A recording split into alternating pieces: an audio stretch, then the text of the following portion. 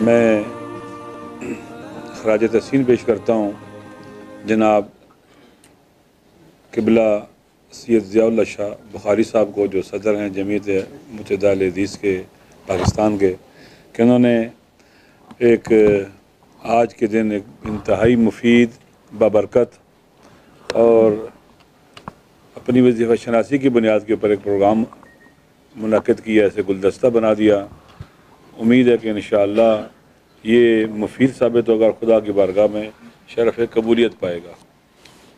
قرآن مجید ہمارے لیے سب سے پہلے، جب نہ کوئی آئین تھا، نہ کوئی دستور تھا، نہ کوئی شے تھی، اس نے قرآن مجید نے اللہ نے اپنی اس کتاب میں جو وحی کے ذریعے نازل کی قلب ختمی مرتبہ حضرت محمد مصطفیٰ صلی اللہ علیہ وسلم پر، اور اس میں کیونکہ یہ قیامت تک کے لیے ہدایت ہے اور اس کی حفاظت کا ذمہ اللہ نے لیا ہے، اس میں کسی حوالے سے کمی بیشی نہیں ہو سکتی۔ ایک مصون اور محفوظ کتاب ہے ہر قسم کی تحریف سے، جو قرآن کی بنیادوں کے اندر ہے، اور اس میں ارشاد خداوندی ہے کہ یہ ڈاکٹرائن ہے آج کل کی اصطلاح میں، وَلَن يَجْعَلَ اللَّهُ لِلْكَافِرِينَ عَلَى الْمُؤْمِنِينَ سَبِيلًا۔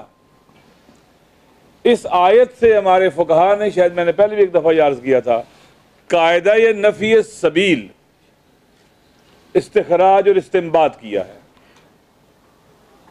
یعنی آپ نے اغیار کو اپنے اوپر مسلط نہیں ہونے دینا، غالب نہیں آنے دینا۔ یہ ڈاکٹرائن ہے۔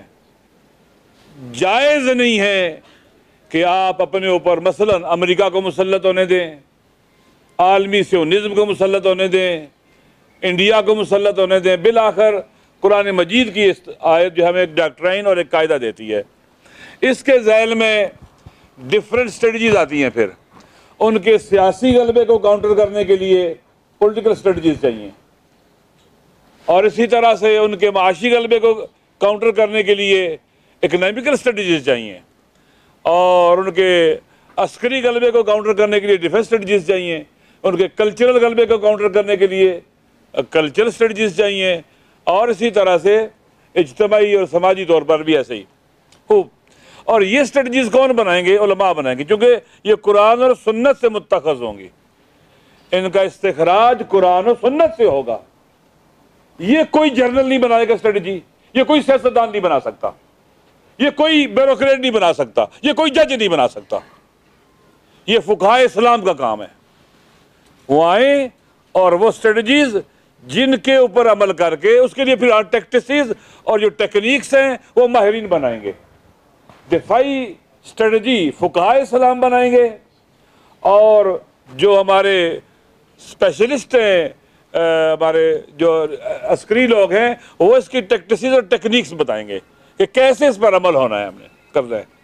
اسی طرح سے سیاسی حوالوں سے بھی سیاسی پھر ماہرین بتائیں گے ان پر عمل کیسے ہوگا کہ ہم دشمن کے سیاسی غلبے کو کاؤنٹر کر سکیں اور ہم پر مسلط نہ ہو۔ یہ قرآن کی واضح ہیں، باقی اس کے اندر پھر ڈیفرنٹ ہمارے پاس طریقہ کار اپنائے گئے، اسٹریٹجیز بھی بیان کی گئی ہیں۔ وحدت ایک اسٹریٹجی ہے دشمن کے غلبے کو کاؤنٹر کرنے کے لیے۔ دشمن نے تقسیم کر کے، ڈیوائیڈ کر کے ہماری طاقت کو توڑا اور ہم پر غالب آیا۔ یہ بچہ بچہ بھی جانتا ہے۔ ہم سے ہمارے علاقے چھینے، ہمارا اقتدار چھینا، ہمارا استقلال چھینا، ہماری حریت چھینی، ہماری عزت، غیرت اور ناموس کو چھینا اس نے ہم سے، اور ہم پر مسلط ہو گیا، اور لوگ اس کے ٹاؤٹ بن گئے، غلام بن گئے، اور اس کے لیے کام کرتے رہے۔ تھوڑی سی فوج لے کے اس خطے کے اندر تھوڑے سے لوگ لے کے آیا، اپنی مکاری کے ساتھ، اپنی چالاکی کے ساتھ، اپنے ابلیسی خیالات کے ذریعے اور فریبکاری کے ذریعے یوسوس فی صدور الناس، وہ جو وسوسہ ڈالتا ہے اور اس طرح کے طریقوں سے اس نے کہا تھا کہ میں اللہ تیری عزت کی قسم میں ان سب کو اغوا کروں گا۔ اب عزت کا لوگ اجمعین، وہ ہمارا دشمن ہے۔ قرآن نے صاف کہا یا ایھا الذین آمنوا لا تتخذوا اليہود والنصارى اولیاء بعضهم اولیاء بعض وَمَن يَتَوَلَّهُ مِنكُمْ فَإِنَّهُ مِنْهُمْ إِنَّ اللَّهَ لَا يَهْدِي الْقَوْمَ الظَّالِمِينَ۔ قرآن صاف کا نہیں ہے لا تتخذوا، ہم نے ان کو اپنا بنایا، ہم اپنے مسلط کیا، ہم ان کی جنگوں کا حصہ بنے، ہم ان کی نام نہاد جنگوں کا حصہ بنے، ہم فرنٹ لائن بنے نام نہاد وار اگینسٹ کے لیے۔ وہ یہاں آئے تھے اس خطے کو تباہ کرنے کے لیے۔ آج یونٹی، دشمن کا یہ کام ہے ہمیں تقسیم کرے، ڈیوائیڈ کرے، چاہے وہ فرقہ، چاہے وہ سیاسی تفریق ہو، چاہے وہ لسانی تقسیم ہو، چاہے وہ علاقائی تقسیم ہو، چاہے قومی بنیادوں پر تقسیم ہو، چاہے مسلکی بنیادوں پر تقسیم ہو۔ یہ ساری کی ساری کیا چیزیں ہمیں نیشن بلڈنگ کے کام میں سب سے بڑی رکاوٹ ہے۔ ہم قوم نہیں بن سکتے، جو قوم نہیں بن سکتے وہ اپنا دفاع کیسے کر سکتے ہیں؟ دشمن ایک ہے، مشترک ہے، وہ سب کا دشمن ہے، لیکن اس نے میں ڈیوائیڈ کر دیا، ہم تقسیم ہو گئے۔ اب دیکھیں، جب بھی ہمارے کوئی بھی خاص ایام آتے ہیں، محرم کے ایام آتے ہیں، محرم ہماری عبادت کا مہینہ ہے، کون سا مسلمان ہے جو نواسہ رسول سے محبت نہیں کرتا؟ کون سا مسلمان ہے جو عشق رسول نہیں رکھتا؟ نواسہ رسول سے محبت، ان سے ولا، یہ عشق رسول کی نشانی ہے، عشق رسول ہے یہ حقیقت میں۔ لیکن کیا شروع ہو جائے؟ دشمن چاہتا ہے شیعہ سنی تفرقہ پیدا ہے، دشمن چاہتا ہے اہل حدیث اور دیوبندی کا، بریلوی کا اور دیوبندی کا، ہم سب تقسیم ہو جائے مسئلے کے حوالے سے۔ الحمدللہ آج یہاں پر اس طرح کا میں نے پہلی بار اجتماع دیکھا ہے، جہاں اہل حدیث علماء، جہاں دیوبندی علماء، اہل سنت علماء، اہل تشیع، پھر ہمارے بھائی جو سبز ہلالی پرچم کے اندر سفیدی، جو سفید چیز ہے نا، وہ ان کی نشانی ہے، اس وطن کے باسی ہیں، ان کا وطن ہے، ان کی مادر وطن ہے، ہم سب کی مادر وطن ہے۔ پاکستانی ہونے کے حوالے سے ہم ایک ہیں، ایک ہیں، ہم بھائی ہیں آپس میں۔ لہٰذا ضرورت اس بات کی ہے کہ اب ریاست کیا کرے، ریاستی ادارے کیا کریں؟ پاکستان کے نیشنل انٹرسٹ کو مقدم کریں، پاکستان کی نیشنل سیکورٹی کو مقدم کریں، ایسے کسی منصوبے کا حصہ نہ بنے جو اس خطے کو بربادی کی طرف لے جائے، جیسے پہلے بنے تھے یہ بنے تھے، امریکہ کے ساتھی بنے تھے۔ یہ پاکستان کی عوام سے پوچھا تھا انہوں نے؟ کسی پارلیمنٹ سے پوچھا تھا انہوں نے؟ کوئی فیصلہ ہوا تھا پارلیمنٹ کے اندر؟ نہیں ہوا تھا۔ یہ کچھ لوگوں کا ٹولہ تھا، ایک مافیا تھا، جس کی وجہ سے ہمارا وطن پہلے ٹوٹا اور بعد میں برباد ہوا جو باقی ماندہ ہے۔ آج ٹکڑوں میں انہوں نے بانٹا ہوا ہے اس کو، علاقائیت، لسانیت، پتہ نہیں فرقہ واریت، کیا کیا کچھ ہو رہا ہے۔ افسوس کے ساتھ کہنا پڑتا ہے، اب پولیٹیکل دیکھیں کتنی پولرائزیشن ہے اس حساس دور کے اندر بھی۔ پاکستان کے اندر تقسیم در تقسیم ہے سیاسی، نہیں بیٹھ سکتے اکٹھے۔ صرف مذہبیوں کو رگڑا لگانا، مذہبیوں کو لے کے چلنا، یہ درست نہیں ہے۔ مذہب کے علماء، جید علماء ہے اسلام کے، پاکستان کے، انہوں نے ہمیشہ فتنوں کے خلاف سر اٹھایا ہے، فتنوں کے خلاف قدم اٹھایا ہے، فتنوں کی مخالفت کی، انہیں روکنے میں رول پلے کیا ہے، شہید ہوئے ہیں۔ ڈاکٹر سرفراز نعیمی شہید عبادت ہے، حسین جان شہید عبادت ہے، علامہ عارف حسین حسینی شہید وحدت ہے۔ یہ بزرگان کتنے علماء ہمارے شہید ہوئے ہیں، کون سا مسلک ہے جس کے شہید نہیں ہے؟ لہٰذا میری گزارش یہ ہے کہ ہم ہمارے ریاستی ادارے اس طرف جائیں۔ لا قانونیت، آپ لوگوں کو جب غصہ دلاتے ہیں، ظلم ہوتا ہے، وہ پکتا رہتا ہے، پھر آتا ہے فشار بنتا ہے، دشمن فائدہ اٹھاتا ہے۔ آپ علماء کرام ہیں، اس محرم میں تقریباً مجالس اعضاء کرنے پر 1200 سے زیادہ پنجاب میں FIRs ہیں، کسی توہین کی وجہ سے نہیں ہے، نہیں لکھا یہ توہین کی ہے، پر کس کی وجہ سے ہے؟ 15 سے 20 منٹ مجلس زیادہ ہوئی ہے، آدھا گھنٹہ مجلس زیادہ ہو گئی ہے۔ ہماری عبادت ہے، اس سے آپ کیا کر رہے ہیں؟ لوگوں کو غصہ دلا رہے ہیں۔ لوگ ہر چیز برداشت کریں گے، ڈسکریمنیشن برداشت نہیں کریں گے۔ اس سے تعصب پیدا ہوتا ہے، نفرت پیدا ہوتی ہے، غصہ آتا ہے، اس کے نتائج برے نکلیں گے۔ لوگوں کو پاکستان مسلکی پاکستان نہیں ہے، مسلم پاکستان ہے۔ علامہ اقبال اہل سنت تھے، قائد اعظم محمد علی جناح اہل تشیع تھے۔ یہ نہ شیعہ پاکستان بنایا گیا تھا، نہ سنی پاکستان بنایا گیا تھا، یہ مسلم پاکستان بنایا تھا، یہ سب کا پاکستان ہے، اور ہمارے اقلیتی بھائی بھی اسی میں شامل ہیں۔ اگر ہم اس کو اس طرف لے کے جائیں گے، مسلکی پاکستان بنانا شروع کریں گے، خاکم بدہن، پھر یہ باقی نہیں رہے گا یہ بات۔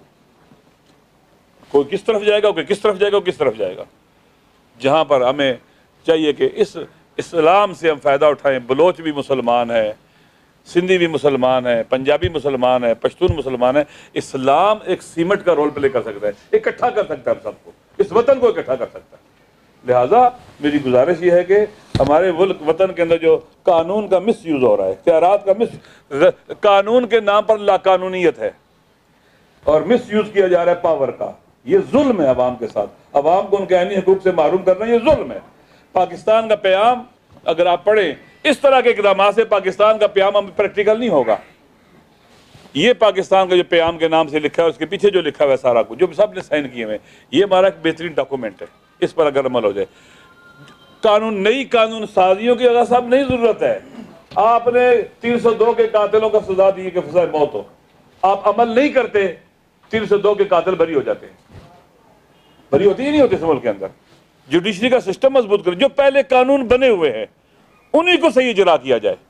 آپ یقین کر لیں خالی قانون کا نفاذ بھی کافی نہیں ہے، اخلاقی طور پر آپ بیٹھیں. جیسے قبلہ صاحب فرما رہے تھے کہ ہمیں گراس روٹ لیول تک جانا چاہیے اس پیغام کو لے کر، علماء کے ساتھ بیٹھے، جو نیگیٹو گفتگو کرتے ہیں اس کو بھی بلائے، آئے ادھر بیٹھو، میرے پاس بیٹھو. تم یہ باتیں جو کرتے اس کا فائدہ کس کو ہوگا؟ وطن کو فائدہ ہوگا، پاکستان کو فائدہ ہوگا، اسلام کو فائدہ ہوگا، دین کو فائدہ ہوگا. ہمارے پاک نبی کی روح ہم پر راضی ہوگی یہ جو تم کام کر رہے ہو، اہل بیت راضی ہوگی جو تم کام کر رہے ہو.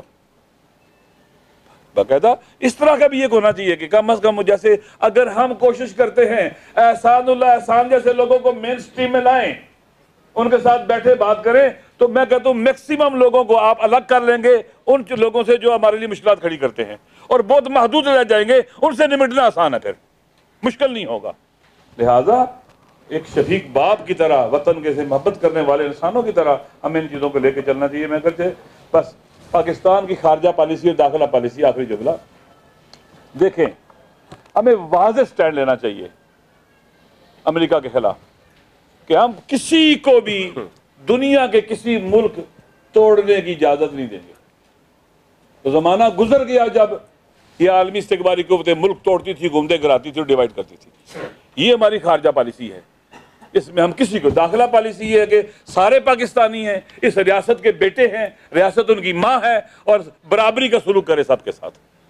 اور جو خدا نخواستہ غلطی کرتا ہے اس کو بلائے بٹھائے، اگر نہیں مانتا پھر اس کے ساتھ وہی کرے جو کہ ایک نافرمان کے ساتھ کیا جاتا ہے. آخر میں افغانستان کے حالات بہت اہمیت کے حامل ہے. وہاں امن و امان، پاکستان کا امن و امان ہے، خطے کا امن و امان ہے. دشمن کی پوری کوشش ہے کہ وہاں پر ناامنی پیدا ہو. وہاں بھی دھماکے بھی شروع ہو گئے ہوئے ہیں.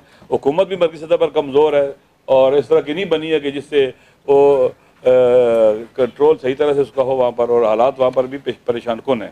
خطے کے ممالک کی ذمہ داری ہے سب مل کر وہاں سپورٹ کرے تاکہ ایک ایسی حکومت بن جائے جو عوام کے، وہاں کے افغانستان کے عوام چاہتے ہیں، اور وہاں پر امن و امان لے کے آئے اور خطے میں بھی امن و امان ہو. ہمیں بہت توجہ کی ضرورت ہے انشاءاللہ. مجھے امید ہے کہ خالق کائنات اپنے حبیب کے صدقے اس وطن کو باقی رکھے گا اور ہمیں توفیق دے گا کہ ہم اپنے وطن میں اپنی ذمہ داریوں کو انجام دیں اور انشاءاللہ اپنے خدا کی بارگاہ میں سرخرو ہوں. آخر میں پھر شاہ صاحب کا شکریہ اور معذرت کے 2-3 منٹ شاید میں نے زیادہ بات کر لی ہے. السلام علیکم ورحمۃ اللہ وبرکاتہ.